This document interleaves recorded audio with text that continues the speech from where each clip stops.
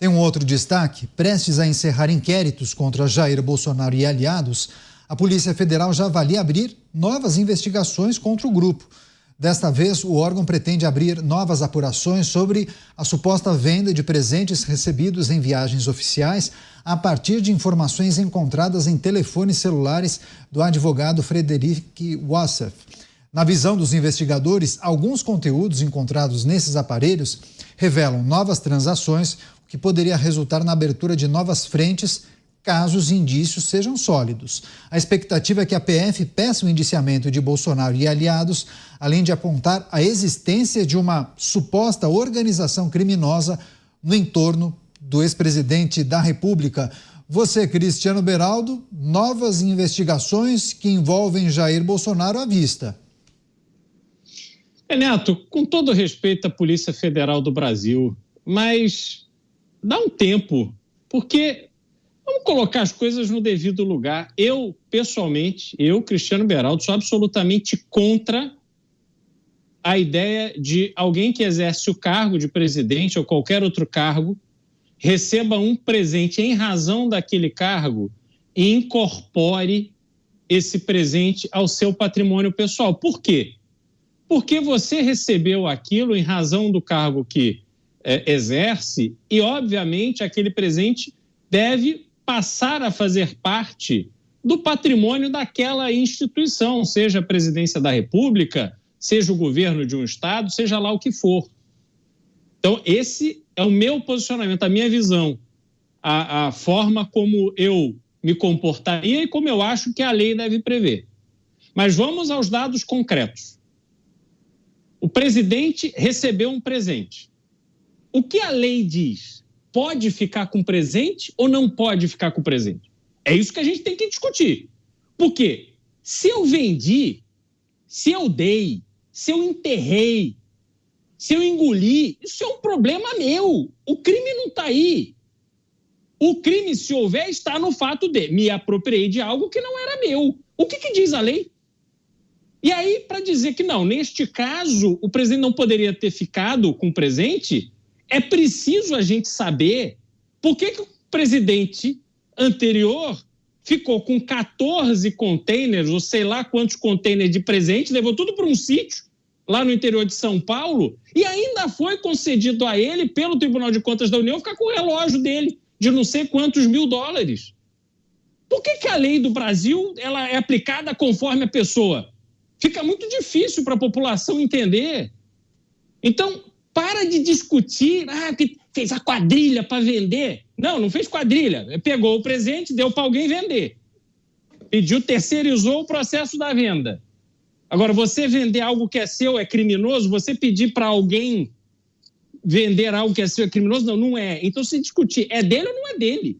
Ele tinha o direito de vender ou não tinha? Não é o problema da venda. Então, ficam aí nessas tramas e elucubrações e tal, que tem a quadrilha internacional, porque vendeu, porque isso e aquilo, quando o ponto fundamental tinha o direito de ficar ou não tinha. Vamos discutir isso, para não ter mais dúvida para o futuro, inclusive para o atual presidente. Que tal? Você, Dávila, não há um regramento que deixe claro o que pode ou o que não pode ficar com o presidente. Um relógio é personalíssimo ou não? O que a gente precisa considerar em relação à possibilidade de abertura de novos inquéritos acerca desse tema? Olha, como a lei não é clara, nós não podemos julgar por achismo. Ou existe uma lei ou não existe a lei. O Cristiano Beraldo está correto em relação a isso. O que eu acho que precisa fazer hoje é criar uma lei limitando o valor de presentes presidenciais. Limitando no valor de $1.000. Por que é $1.000? Porque o valor que o cidadão pode comprar bens no exterior, ele não paga imposto. Nos Estados Unidos, sabe qual é esse limite para o presidente da República? É $500. Então, no Brasil, a gente está dando o dobro do valor do presidente da República, porque é o que é a isenção tributária no Brasil. Eu acho que a gente tem que fazer, porque é uma mera cordialidade, é uma civilidade, é um gesto de troca, de aproximação. Então, não pode ter 14 containers lá, o que o Beraldo falou. Isso não existe, isso não pode existir.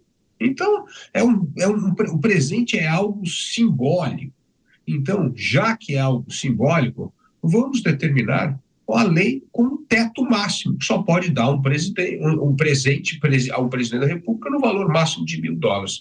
Pronto, está resolvida a questão. Então, vamos aprovar uma lei, determinar um novo marco legal, e esse marco legal passa a valer.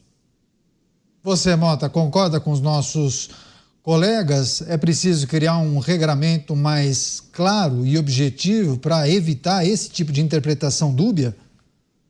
Amigos, nós estamos no Brasil. Pessoas estão sendo investigadas porque chegaram perto demais de uma baleia. Meus amigos, a minha posição é muito simples. Quem cometeu o crime, que pague por ele. Agora, estamos muito longe ainda do dia em que essa regra vai valer no Brasil. E, principalmente, valer da mesma forma para todo mundo. O cerne do problema está aí. Não sei se vocês viram a decisão da Suprema Corte americana recente, que deu imunidade aos ex-presidentes pelos atos oficiais cometidos durante o mandato. Eles só podem ser processados criminalmente se primeiro sofrerem um processo de impeachment no Congresso. E o juiz da Suprema Corte, que se pronunciou, né, um dos juízes, Samuel Alito, ele explicou o porquê da decisão. Ele disse o seguinte: é um perigo enorme para a democracia se pega essa moda do ganhador de uma eleição ter como objetivo, como meta, jogar o perdedor na cadeia. Ele disse, olhem pelo mundo, está cheio de países em que isso acontece. Isso não vai acontecer aqui nos Estados Unidos, não. Vejam bem, o correto é, quando você toma conhecimento de um crime, você realiza investigações para esclarecer aquele crime. O incorreto é você decidir, eu vou investigar o Beraldo, eu vou encontrar algum crime para incriminar o Beraldo. Eu vou investigar o Beraldo de todas as formas possíveis, até encontrar alguma coisa contra o Beraldo. Quem fazia isso era o chefe da NKVD, a polícia secreta de Stalin, o grande líder iluminado. Era o Laurent Beria. Ele tinha uma frase que ficou tristemente famosa. Ele dizia, mostre-me o homem e eu te mostrarei o crime.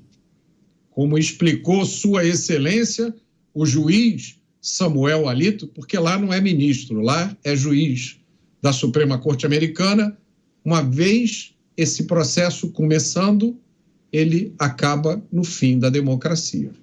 É isso, sempre com pitadinhas históricas, o Roberto Mota. E você, Beraldo, muitas pessoas lá atrás entendiam, tantos inquéritos que envolvem Jair Bolsonaro vão deixar o Bolsonaro sangrar, ele vai perder credibilidade, ele vai acabar politicamente. Só que a gente tem visto o contrário, até fazendo um paralelo com os Estados Unidos, né? Quanto mais a gente observa inquéritos e apurações sendo realizadas, parece que a base de apoio não diminuiu em absolutamente nada. Ao contrário, o Mota até brinca, falando que a popularidade é massa de pão, né? Quanto mais bate, mais cresce. É porque batem coisas que são absolutamente ilógicas, Caniato. Você podia questionar, e eu acho absolutamente errado, se você recebeu um presente em razão do cargo que você ocupa, mesmo que seja um presente de $500 ou de $1.000, aquilo tem um simbolismo, até do ponto de vista de memória, do exercício de uma presidência. Minha posição pessoal, eu jamais venderia, faria dinheiro com isso. Mas isso é a minha posição pessoal. Por mais que eu ache inadequado, eu não posso entender que o ato da venda é que constitui um suposto crime. O que se tem que discutir, por exemplo, neste caso, seria, pode ficar ou não pode ficar. Só que como eles dão muito foco no lugar errado, fica claro que existe uma perseguição. Fica muito evidente que a estrutura que hoje está no poder usa todos e quaisquer recursos para poder perseguir aquele que foi vencido nas eleições. E aí o efeito disso, todos nós conhecemos, é o aumento da popularidade, tendo em vista que é evidente que existe uma perseguição. Então, a incompetência desses que querem construir casos criminais, fazendo disso uma narrativa e tal, eles se revelam absolutamente incompetentes, porque se há crime, tem que ser investigado e o autor do crime tem que ser rigorosamente punido. Mas não adianta ficar nessa pescaria de provas, pescaria de crimes, nesse modelo que o Mota acabou de nos explicar, entendeu? Porque senão você perde a referência do que é justo e do que não é. E nesse caso, obviamente, está em curso uma perseguição. Ficha inexpedition, né? Você joga a rede e vai tentar vasculhar, encontrar alguma coisa. Isso é cada vez mais comum quando você apreende celulares, né? Porque celular hoje em dia, isso daqui tem a vida da pessoa, né? Mensagens que ela trocou com pessoas 10 anos atrás, tudo tá ali, os e-mails, enfim. Você consegue identificar mais ou menos o que aconteceu com essa pessoa de 15 anos para cá, né? Porque isso daqui guarda absolutamente tudo. Agora você, Dávila, essa ideia de que uma figura estaria sendo perseguida tem consequências, inclusive, para a popularidade daquela figura, mas quando trata-se de uma pessoa pública, uma pessoa ligada à política ou um ex-presidente da República, pode ter consequências inimagináveis, né? Olha, toda vez que se usa a lei, o Estado democrático de direito para perseguir pessoas, isto é um desvirtuamento da liberdade, da democracia e do Estado democrático de direito. Esse é o ponto. O ponto fundamental na democracia é que a lei é igual para todos. A lei não é alfaiate que você faz sob medida e vai desenhar de acordo com o figurino que está comprando o seu terno. Não é assim que se faz lei. Lei é algo que tem que valer para todos os cidadãos. Então, esse particularismo que se busca em figuras notáveis para criminalizar, para constranger, para abrir inquérito, isso é um desvirtuamento do Estado democrático de direito. Então, eu acho que está na hora das autoridades, principalmente desses órgãos não eletivos, resgatarem a essência desses pilares do Estado democrático de direito da liberdade. É fazer com que a lei seja cumprida por todos e que vai valer para todos com o mesmo peso e medida, e não de acordo com o cliente. E quanto mais poderoso, famoso este cliente, mais vai tentar fazer, como bem disse o Mota, forçar que essa customização sirva para criar, na verdade, um caso que não tem a ver com a realidade, mas tem a ver com uma versão da realidade que justamente tem as cores sempre da lente ideológica, militante e partidária. Tudo isso é muito negativo para um país que precisa resgatar urgentemente os seus pilares democráticos. Última contribuição, Mota? Duas coisas. Primeiro é que esse é um processo que ou ele é parado, interrompido, ou ele vai numa escalada, ele chega a um ponto que ele não consegue mais parar, né? Porque ele produz tanta injustiça e gera tanta revolta que ele só consegue se sustentar continuando. É uma bicicleta, a bicicleta que leva para o abismo. A segunda observação, o segundo ponto, a gente estava falando há pouco de 2026.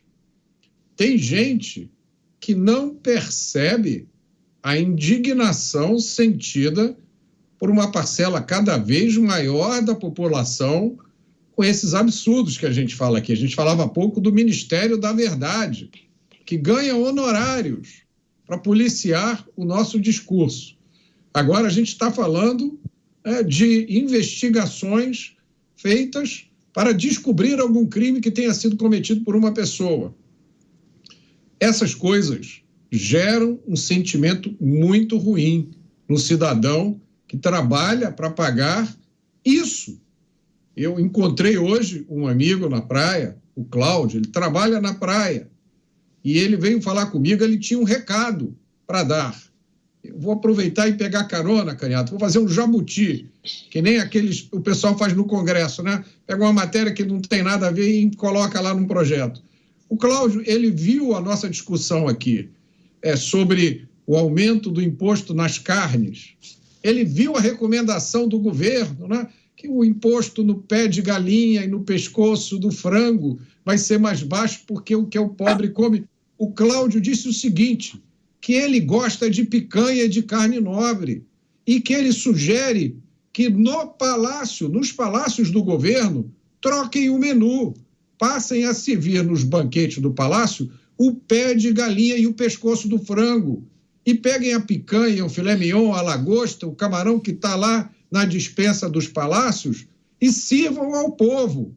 Ele disse, esse é o recado do Cláudio, da praia, que quem gosta de pé de frango, né, ou de pé de galinha, quem deveria comer isso são essas pessoas que prometeram, que falaram de picanha na campanha presidencial e agora estão dizendo que pé de galinha é bom para a pele.